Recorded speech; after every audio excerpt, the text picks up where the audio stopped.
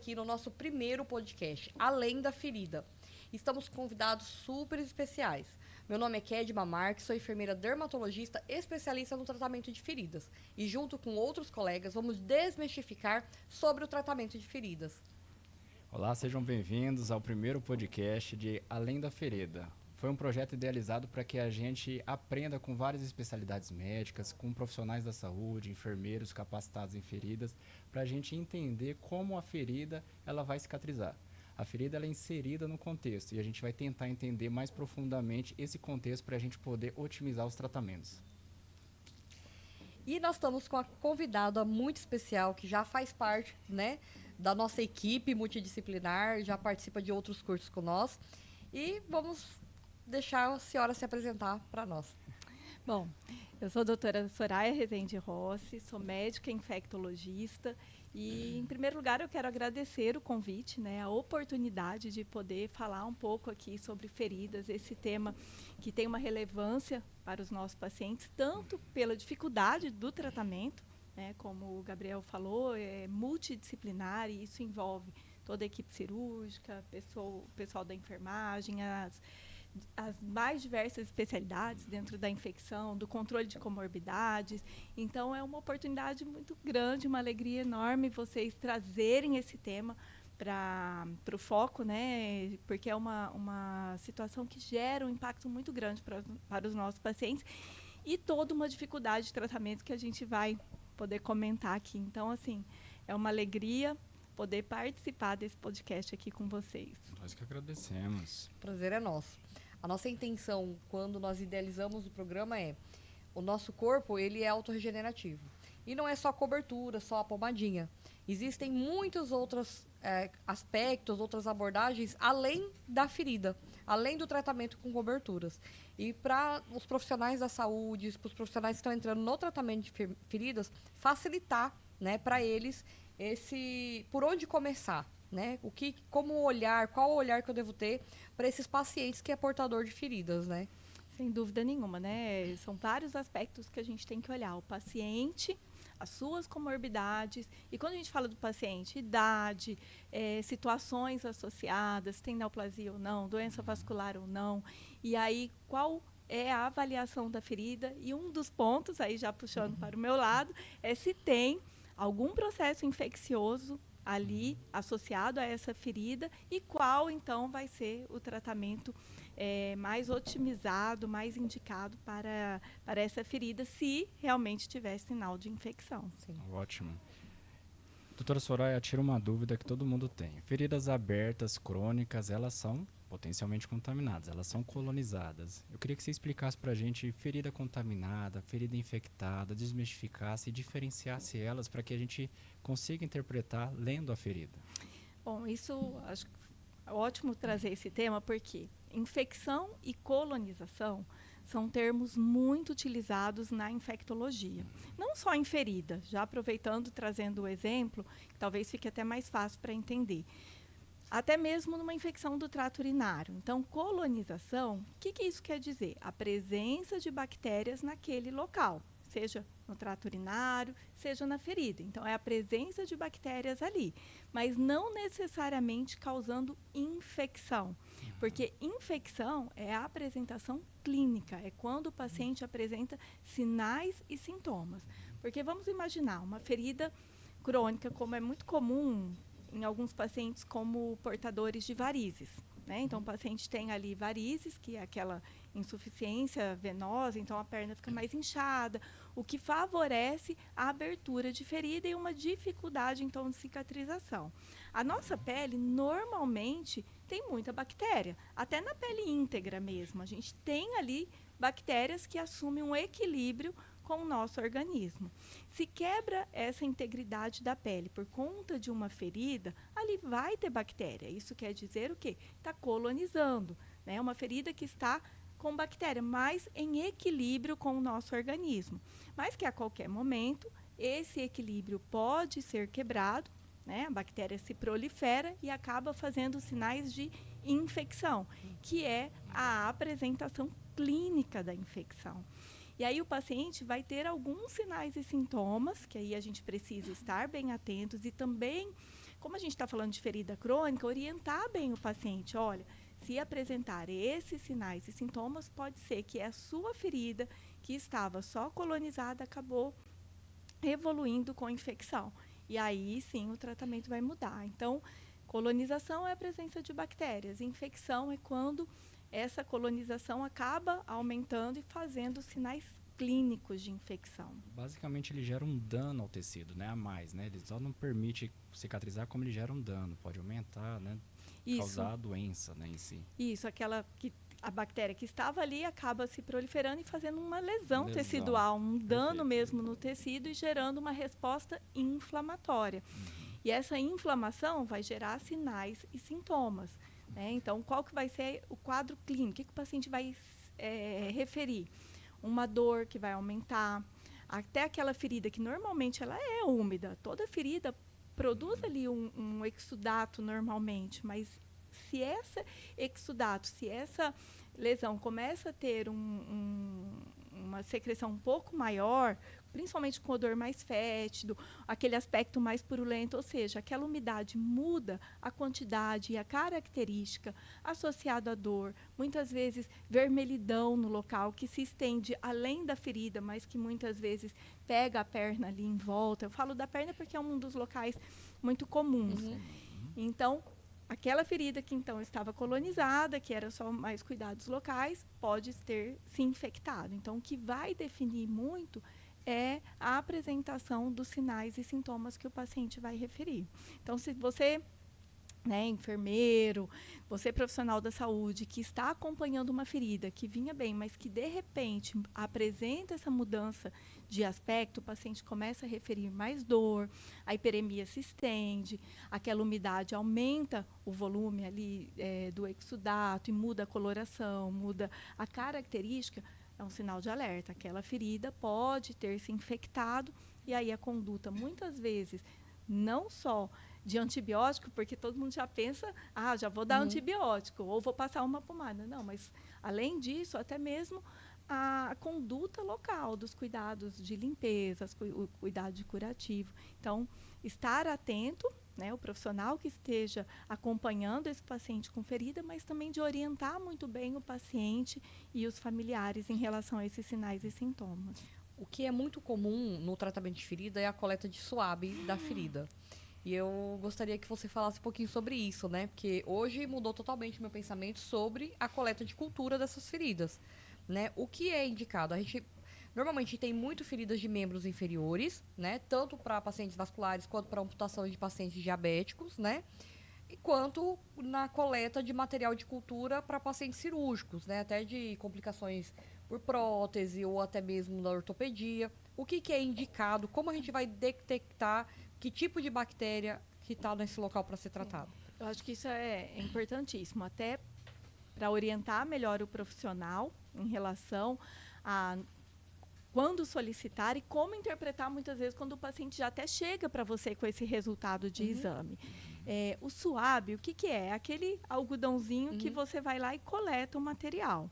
Então, se você coleta um material ali de ferida, como eu disse, ali está colonizado por bactéria. A gente tem uma microbiota, que a gente chama, que são bactérias que normalmente estão na nossa pele. Então, se eu coletar de uma ferida aberta, que tem ou não sinais de infecção, muito provavelmente vai ter bactéria. Assim como se eu coletar da minha pele íntegra aqui, vai ter bactéria, porque são bactérias que colonizam normalmente a nossa pele e também a ferida. E aí o que a gente vai sempre orientar é, por favor, não coletem suave de ferida, porque não vai ter valor clínico. Então, se chega um paciente com um resultado de suave de ferida, que cresceu bactéria X, bactéria Y, aquilo não vai ter um valor clínico. O que isso quer dizer? Como que eu vou valorizar esse resultado e me guiar em relação a antibiótico, ou em relação a até dizer se está infectado ou não? Porque ferida crônica, presença de bactérias, colonização. Ferida crônica, presença de bactérias, mas sinais clínicos, hiperemia, dor, calor, aí sim sinais de infecção. Então, o que vai me guiar são os sinais clínicos. E aí o SUAB realmente não vai ter valor, porque pode ser só uma colonização. Nesses casos, você sugeriria fazer biópsia tecidual? Não? O que a gente faria para tentar identificar? O ideal é um tecido mais profundo. A gente limpar toda essa ferida e coletar, se possível, uma biópsia de um tecido mais profundo e encaminhar para a cultura. Então, esse seria o tecido superficial não faria nada, tentaria cirurgicamente buscar um tecido mais profundo e encaminhar esse tecido para avaliação e coletar. Isso é o ideal. E aí, a gente acaba fazendo isso na prática para todos os pacientes muito difícil, porque são procedimentos que dependem, né, da realização ali de, muitas vezes, anestesia local, então depende do médico. Então, acaba que, na prática, a gente acaba não fazendo tanto esse procedimento da cultura de tecido profundo por ser um procedimento relativamente invasivo. Mas pacientes com dificuldade de diagnóstico, dificuldade de tratamento, muitas vezes é necessário e a gente precisa ponderar isso. E quando se vê esses sinais e sintomas de infecção de uma ferida, aí o antibiótico entra com um aspecto amplo por não ter a biópsia desse tecido. É isso, né? Isso. Aí, o tratamento, né? Então, você está lá com a ferida, sem sinais de infecção, colonização, sempre, isso sempre. Cuidados locais, manter a ferida bem higienizada, limpa, coberta, né? De acordo... E nesse caso, usaria antibiótico tópico sempre ou não é necessário quando eu faço um tratamento sistêmico do paciente? O tratamento, então, até acho que é importante a gente diferenciar isso, porque hoje as coberturas, elas têm muita... vocês podem, né, dizer melhor. É antimicrobiano, tem muitos, né, antimicrobianos, antissépticos, cada vez melhores. É porque a gente tem duas diferenças. Tem aquela com prata, que é um metal, né, a prata, o antimicrobiano. E hoje a gente tem o PHMB, que é a polihexanida biguanida, que é um antisséptico hoje que não tem nada que venha registrando que as bactérias estão tendo multiresistência a ela, né? Então, a gente tem essas duas escolhas hoje no tratamento de feridas. Então, e isso é importante, os cuidados locais com um tratamento de cobertura adequado e, se possível, com um antisséptico ou um antimicrobiano local adequado. Mas o que muitas pessoas se confundem é com antibiótico tópico. Então, pegar aquela pomadinha de neomicina, de mupirocina e tentar tratar uma ferida com antibiótico tópico. Então, isso não vai ter benefício. Mas a limpeza adequada da ferida, isso sem dúvida. E, dependendo do estágio da ferida, a cobertura, o antisséptico, o tratamento mais ideal de acordo com o estágio da ferida. Agora, antibiótico tópico, pomadinha, isso não tem benefício. Aproveitando essa deixa, uma das coisas que a gente tem muita dificuldade, ou a gente vê, na verdade, dia a dia, né? É a infecção. Se ela é superficial, ela é profunda, que a gente dá os nomes, né? Erisipela e celulite. Queria que você explicasse para a gente diferenças, se os germes são os mesmos, qual é a preocupação cada um, leva a necrose, porque às vezes a infecção leva a ferida, né? A gente já teve casos necrotizantes. Queria que você explicasse para a gente a diferença entre as duas, erisipela e celulite. Ótimo. As infecções, né, que a gente chama muito de hoje, infecções de pele e partes moles. Por quê? A depender da localização, da profundidade da pele, a gente vai ter uma denominação. Então, as infecções mais superficiais, a gente chama de erisipela, né? Então, que é uma infecção mais superficial. Então, clinicamente, eu consigo delimitar muito bem a área acometida da área sã. Então, eu consigo ver ali, quando eu estou avaliando o paciente, a área mais inflamada da área sã. Então, isso é uma infecção mais superficial, chamada, então, de erisipela. E que pode, muitas vezes, ser extensa, bolhosa e, inclusive, evoluir com necrose da pele, que é aquele tecido mais enegrecido, tecido morto. Então, essa é a erisipela. E a celulite é uma infecção mais profunda, que vai pegar a gordurinha da pele, aquele tecido celular subcutâneo. Então, a gente não consegue delimitar tão bem a pele boa da pele acometida. Então, aquela infecção mais infiltrada.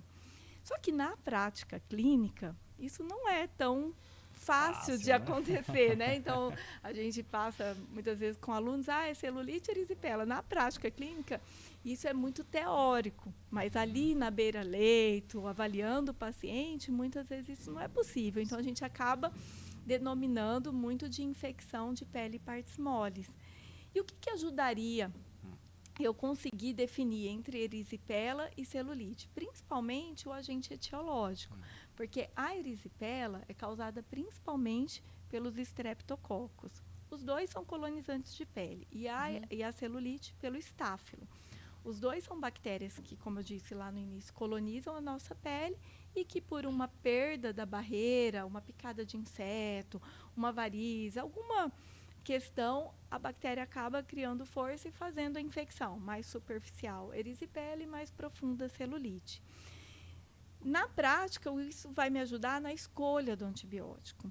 Por quê? A erisipela, sendo causada pelo estrepto, ela geralmente, essas bactérias são mais sensíveis aos antibióticos comuns. O estáfilo, ele desde a descoberta dos antibióticos, eles já criaram, desde lá de 1940, logo após a descoberta das penicilinas, eles já começaram a criar mecanismos de resistência. Então, se eu tenho uma infecção que eu não consigo definir muito bem entre erisipela e celulite, ou seja, eu preciso fazer uma cobertura de estrepto e estáfilo, eu vou preferir fazer uma cobertura que inclua estáfilo por conta dessa maior resistência.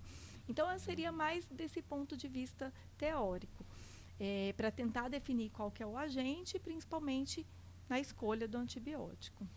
Não, muito bom essa. E a questão da profundidade também, a gente se esbarra muito também em pacientes que acometem até a fáscia, né? Então a gente tem a pele, tem a face. Eu gostaria que você explicasse pra gente que não é incomum os fatores de riscos, como é que se apresenta clinicamente a fasciite necrotizante, que a gente observa muito no pronto-socorro dos pacientes. Bem Queria que você comum, né? Bem comum. Queria que você explicasse o tratamento. E só para ter uma ideia, a fasciite necrotizante, porque assim, a erisipela mais superficial, celulite pega mais tecido celular subcutâneo e a fasciite pega até a face ali muscular, então é uma infecção mais profunda. Então, geralmente são bactérias mais que a gente chama patogênicas, né? Não necessariamente resistente, né? Ou seja, não precisa usar antibiótico de hospital, mas ela é muito virulenta, faz uma reação inflamatória muito intensa ali, em localizações muitas vezes nobres, como é a questão inguinal, região perianal. Então, o que é isso? É uma infecção que invade tecidos mais profundos até a face e que muitas vezes disseca essa região. Vai, como diz, né, aquelas bactérias que vão, no termo mais leigo, é como se fosse dissecando, comendo ali o tecido, mas é comedor de carne. Tem a ver com Fournier? Isso. A fasciite necrotizante de região inguinal é a tão conhecida síndrome de Fournier, que é uma infecção profunda de região muscular em região perianal, muitas vezes em homem ali toda a bolsa escrotal. E isso, só para vocês terem uma ideia, a mortalidade é maior que 50%. Por 2 pontos. Primeiro, que é uma infecção muito virulenta e dissecante. E segundo, pela dificuldade, muitas vezes, de um diagnóstico e, então, um tratamento mais adequado. Se eu demoro no diagnóstico, porque muitas vezes o paciente tem só dor, ele mesmo não consegue, às vezes acomete idoso, não consegue muito bem definir, e o médico demora também a definir esse diagnóstico, a mortalidade aumenta. Porque o tratamento não depende aí só de antibiótico. Tem abordagem cirúrgica. Abordagem cirúrgica. Tem que, como diz, né, abrir sem dó, lavar, tirar todo o processo inflamatório, infeccioso, e antibiótico terapia e curativo, porque ali muitas vezes vai ter que deixar toda a região aberta. Expõe né? testículos, o corpo cavernoso do pênis, fica exposto mesmo. Às vezes tem que ser agressivo, né? Às vezes não, tem que ser, né? E às vezes até desviar o trânsito, né, Perfeito. Gabriel? Porque ali é uma região... tem pacientes que começam o quadro, né? Você já deve ter tido algum caso, com uma inflamação ali perianal, muitas vezes com uma diarreia, alguma situação assim, inflama tudo. Isso acomete muito diabéticos, homens, idosos, pacientes com comorbidades. E aí é uma região muito nobre, você tem que abrir tudo. E como que mantém ali o ritmo intestinal? Vai contaminar mais ainda essa região toda exposta. Então, às vezes, até desviar o trânsito, que é a tão famosa colostomia, né? Colostomia. Perfeito. Então, na verdade, a colostomia era uma coisa que eu indicava até com mais frequência quando eu cheguei em Cuiabá. E a partir do momento que eu aprendi, trabalhando mais com a Kedma, a gente começou a ver curativos que conseguem vedar, vamos falar assim, né? Vedar a ferida, a gente consegue permanecer, porque a colostomia, depois tem a reconstrução, é uma cirurgia que... Cirurgia grande. A reconstrução, às vezes, tem muita taxa de complicação também, fístulas, então, assim, para oferecer esse paciente é difícil, né? Mas a gente foi aprendendo, né? A Kedma... As técnicas. E isso é o interessante, né? Do tratamento multidisciplinar, Isso, né? A infecto com antibiótico, o debridamento com a equipe cirúrgica e poupando o paciente, muitas vezes, de um procedimento mais agressivo, com os cuidados especiais de curativo. Agora, a gente teve um caso agora, recente, ontem eu dei alta da pressão negativa, de um cisto pilonidal gigante e que ia até a perianal, né? Dava para visualizar o esfíncter. E nós conseguimos, com 12 curativos, fechar o cisto pilonidal sem infectar, né? A gente usou técnicas, né? A mesma técnica que a gente usa para fechar o curativo de lesão por pressão em região perianal. E conseguimos tratar sem fazer nenhuma abordagem cirúrgica durante o tratamento. E ontem a gente deu alta da parte de pressão negativa. Então, são 2 meses, né? Porque o pressão negativa ficava em torno de 4 a 7 dias para cada troca. E conseguiu ter sucesso. Consegue proteger, evitar a infecção secundária, porque já é uma lesão extensa, exposta. E o risco de infecção é muito grande. Então, quanto mais os cuidados forem otimizados e com técnicas especiais de curativo, sem dúvida nenhuma, o paciente se beneficia muito. Tem o que faz levar o paciente a ter o Fournier? É a falta de higiene ou é alguma bactéria? O que acontece? O que leva a essa tipo de... As infecções de pele e partes moles, de um modo geral, porque o Fournier é a faceite necrotizante da região inguinal, mas a gente tem Fournier também, faceite necrotizante em outras regiões. Isso acontece por uma quebra da integridade, da barreira protetora que é a pele íntegra. Então, se eu tenho muitas vezes um paciente diabético, eu já tive um paciente que começou com um furúnculo diabético descompensado, uma infecção com uma evolução muito agressiva, que aí entra equilíbrio de bactéria e paciente, né? Comorbidade, idoso, a bactéria consegue fazer uma infecção mais rápida, mais agressiva e invadir tecidos profundos.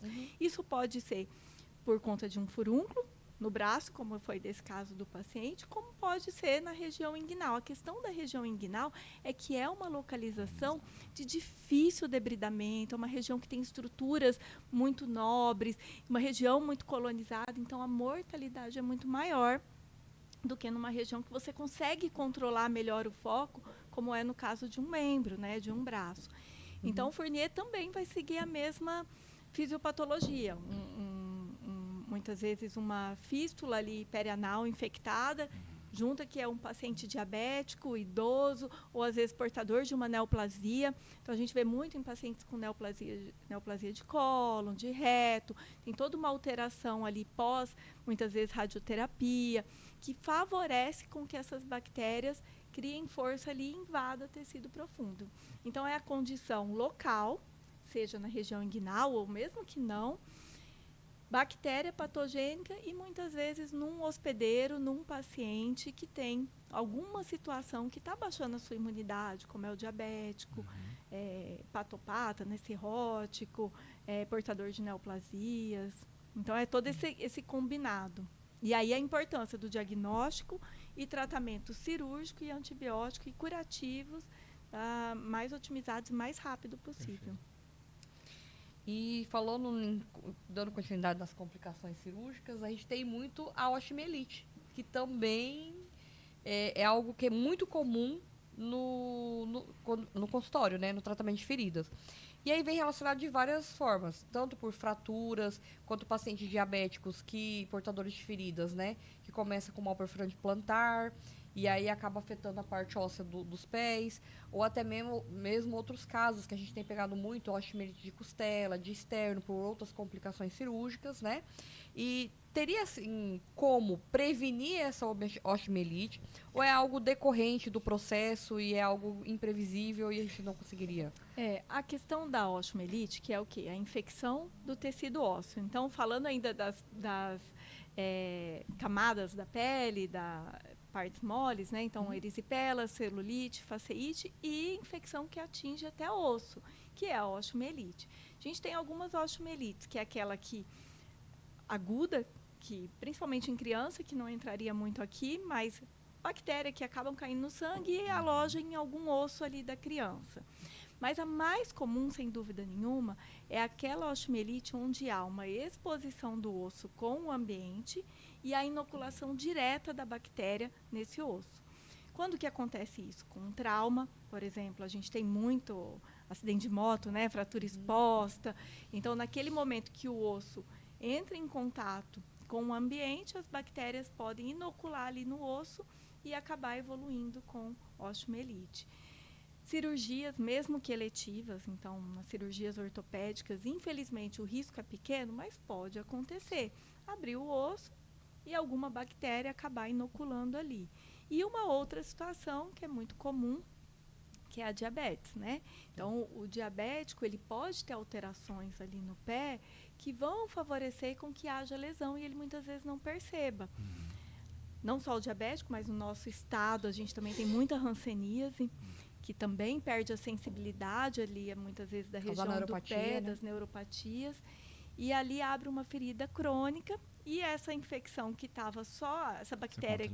Colonização? Essa colonização que estava só ali acaba, por inoculação, por contiguidade, conseguindo atingir o osso. E aí faz a infecção. E o osso não tolera exposição, né? É um dos tecidos que ele não tolera nem um pouco. Ele necrosa rapidamente, se ele ficar exposto, tem que deixar hidratado. Isso é uma coisa que a gente observa muito durante as feridas que a gente vê por aí, né? Sem dúvida. E aí, a dificuldade de diagnóstico e depois de tratamento, né? Porque ele não tolera, não tem vascularização nenhuma. Então, a cicatrização... é mais no periósteo, né? Na região periférica. E ali com infecção, necrosou, não tem vascularização, dificuldade de diagnóstico, dificuldade de tratamento. Então, a osteomielite, eu poderia dizer que é um dos maiores desafios aí. Casamento? Casamento. É uma tragédia, né? Olha, vou te falar, assim... a gente brinca, né, que a osteomielite, o amor é que o amor acaba, né, e a osteomielite fica ali, mas tô brincando. Hoje com um tratamento multidisciplinar, mais uma vez eu falo, né, a gente precisa desse tratamento em equipe, cirurgião, muitas vezes vascular, ortopedista, quando possível, os enxertos adequadamente, curativos especiais cada vez com tecnologias que vem para somar e você vê a melhora ali da ferida e todo o leito. E antibiótico também, que aí eu tenho que puxar um pouquinho aqui para infecto. Faça propaganda sua mesmo. Né?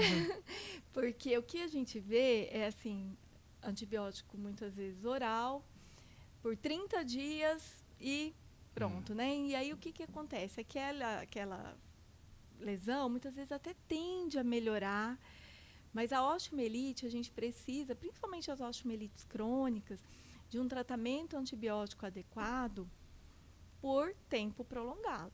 Então, os protocolos, na maioria das vezes, a gente fala aí de antibiótico por 90 dias no mínimo, né? Então, aí às vezes a gente vai pegar a história do paciente, ele usou vários ciclos de antibiótico por via oral, muitas vezes, que a penetração já não é, ou o espectro não é adequado, e por tempos muito curtos, que não vão ser suficientes para, vamos dizer assim, erradicar ou diminuir muito a quantidade de bactéria ali no tecido ósseo. Aí a gente tira o antibiótico, a bactéria volta ali a se proliferar no tecido ósseo e fazer o quadro infeccioso. Mas de início, para o diagnóstico hoje, qual seria o melhor forma de diagnosticar a osteomielite? Qual exame poderia ser feito para ter com mais precisão esse diagnóstico? Ótimo. Então, a osteomielite, a gente vai levar em consideração fatores de risco, se teve um trauma, uma exposição do osso, o quadro clínico, se tem alguma ferida associada, dificuldade de cicatrização. Muitas vezes a gente vê uma fístula mesmo, né, que é aquela saída de secreção que vem ali do osso, né, para a pele, né, que é o que a gente chama de fístula.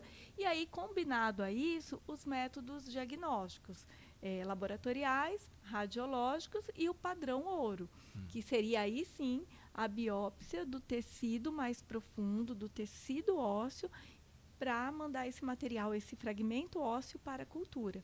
Para eu tentar identificar a bactéria, porque aqui na pele, tudo bem, é esperado que se tenha bactéria, mas lá no tecido, no fragmento ósseo, não é esperado. Então, se cresce num tecido que foi coletado de maneira adequada, profunda, e se cresce uma bactéria, aquilo sim vai me ajudar e muito no diagnóstico, que é o padrão ouro, e também para guiar o tratamento. Já que a gente está falando de um tratamento aí de 90 dias no mínimo, se eu tenho certinho a bactéria, qual antibiótico, principalmente nessa era de resistência que a gente vive, qual antibiótico que é mais adequado, sem dúvida nenhuma, é o cenário ideal para tratar a osteomielite. Aproveitar que nós estamos no finalzinho do nosso podcast para não deixar de perguntar para você.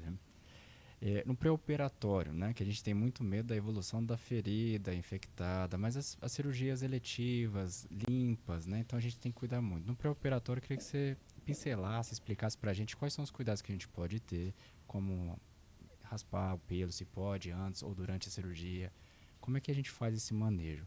E também se precisa usar antibiótico, descolonizar o paciente antes da cirurgia, ou é para alguma cirurgia específica, ou para todas. Explica para a gente isso.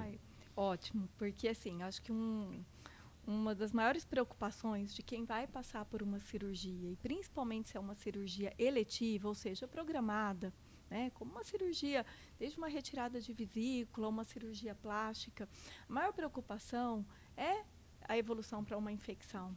Então, claro, risco cardíaco, anestésico, sem dúvida nenhuma, mas a preocupação de uma complicação é a infecção ali no sítio da cirurgia. E existem, sim, medidas de prevenção, que eu consiga diminuir ainda mais o risco dessa complicação. Então, quando a gente fala de prevenir infecção do sítio cirúrgico, a gente tem coisas que a gente pode prevenir, principalmente relacionados ao paciente. Algumas coisas a gente não consegue mudar.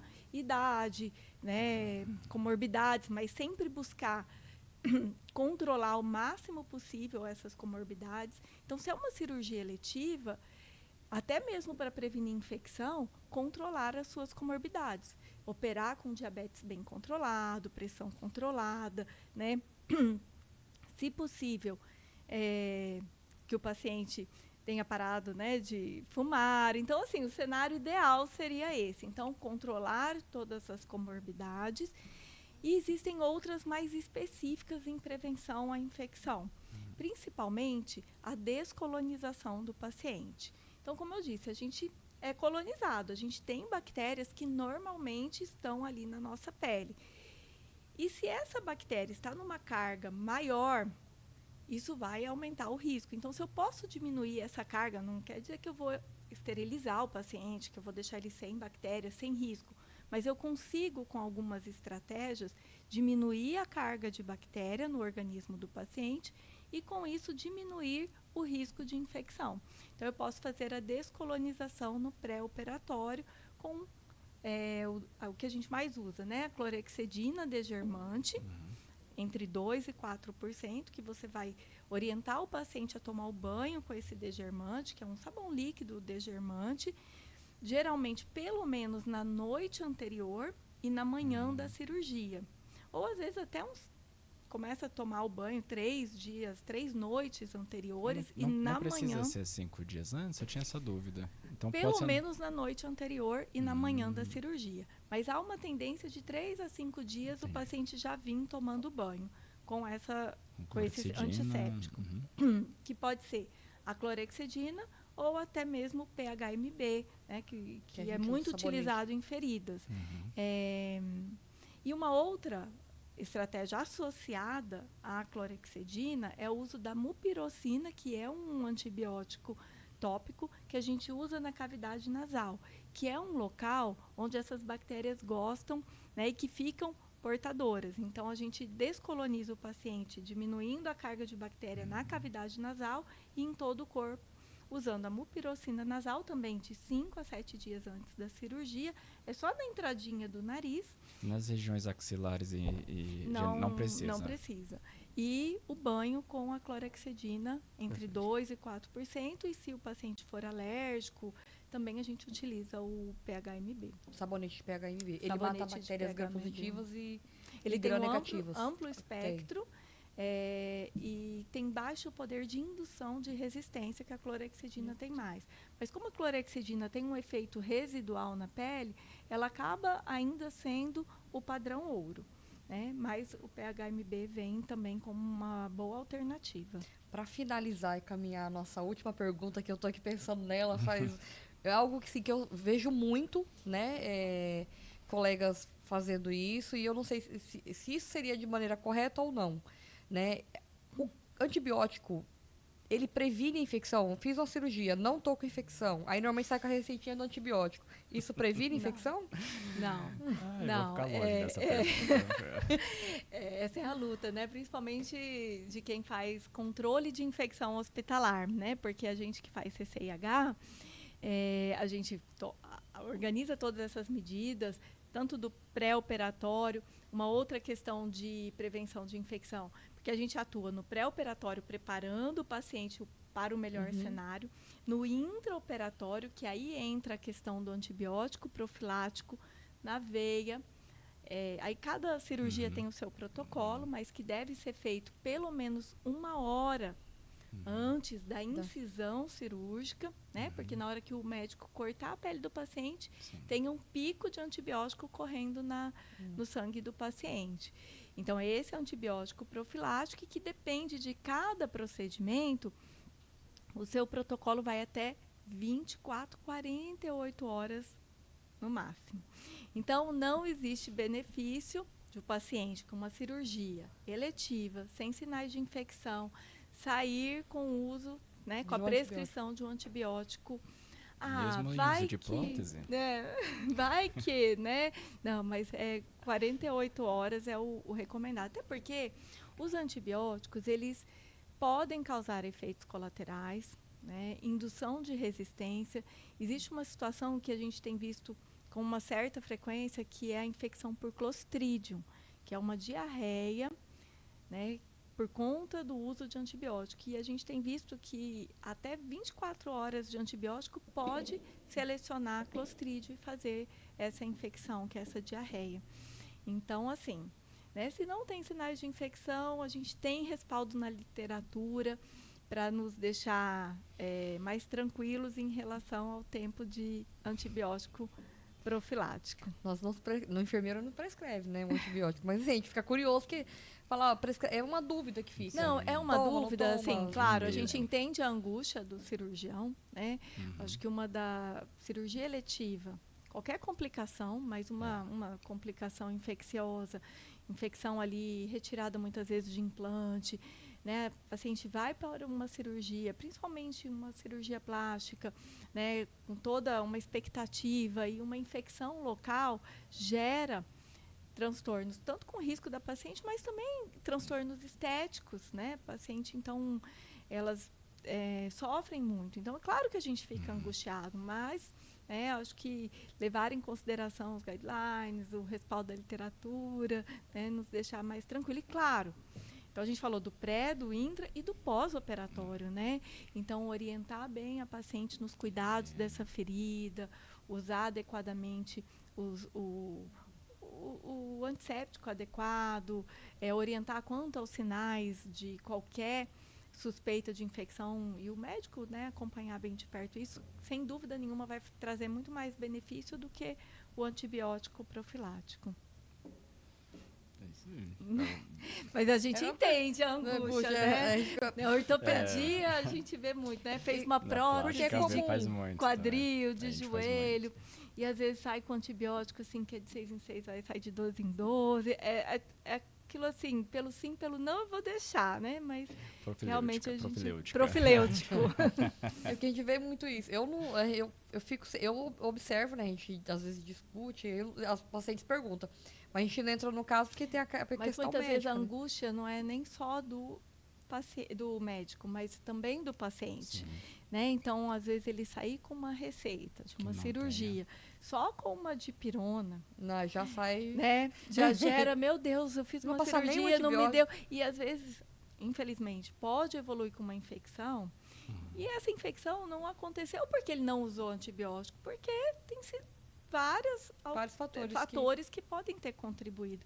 E ele vai, muitas vezes, associar, porque eu não usei o antibiótico. Né? Então, certeza. isso gera uma angústia no cirurgião, a gente entende, e também no paciente. Né?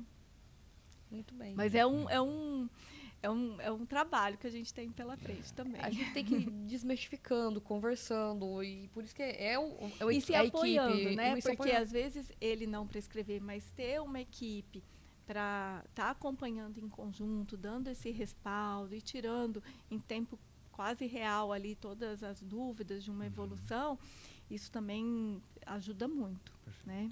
É que nem curativo, cirurgia. Você deixa fechado ou deixa aberto?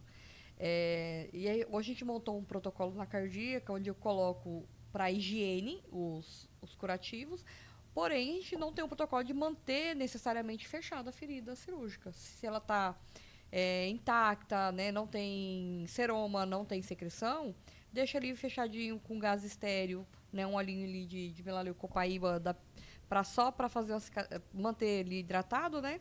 E depois de uma semana deixar aberto, tomar banho, só a gente cuida no quê? No banho, na higiene, na manipulação, no ambiente, né? Para que se evite e sinais, né, de um seroma, de infecção, aí muda-se a conduta. Caso contrário, não tem necessidade de manter ali oclusivo por semanas, né, o curativo cirúrgico. Eu acho que até para finalizar, eu queria que até orientasse também em relação, porque nesses cuidados de pós-operatório a gente vê muito ainda a prescrição de álcool a 70%.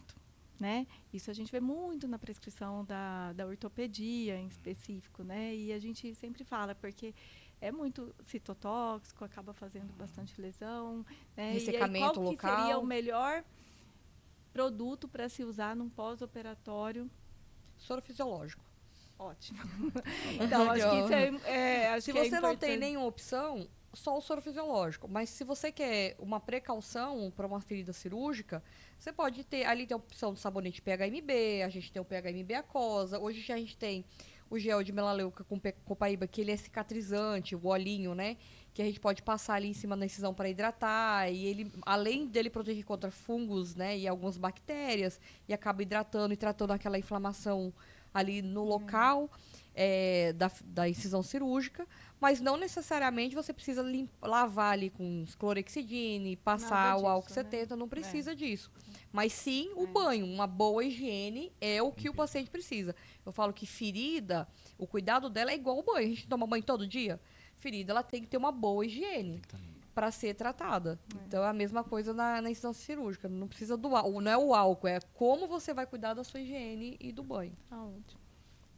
Soraya, eu queria agradecer muito. Você abrilhantou nossa inauguração, né? Eu fico muito honrada. Podcast muito honrada, vai ser um sucesso, mas a sua presença aqui pra gente não tem palavras para agradecer a contribuição. Eu fico muito, muito feliz mesmo e desejo todo o sucesso, né, que vocês merecem, sem dúvida nenhuma, ao podcast e, claro, ao trabalho maravilhoso que vocês têm feito aí com os pacientes.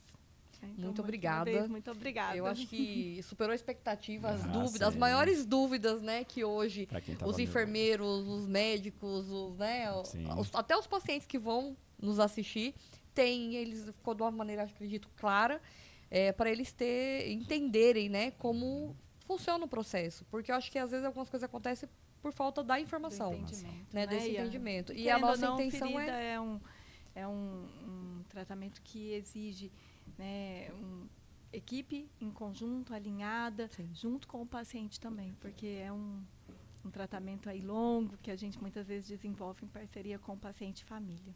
Sim. Muito obrigada. Mais uma vez, obrigada. Eu que agradeço demais. E chegamos aqui ao fim do nossa primeira edição do nosso podcast, Além da Ferida. E esperamos vocês no nosso próximo programa. Fiquem ligadinhos. Obrigado, até mais. Até mais.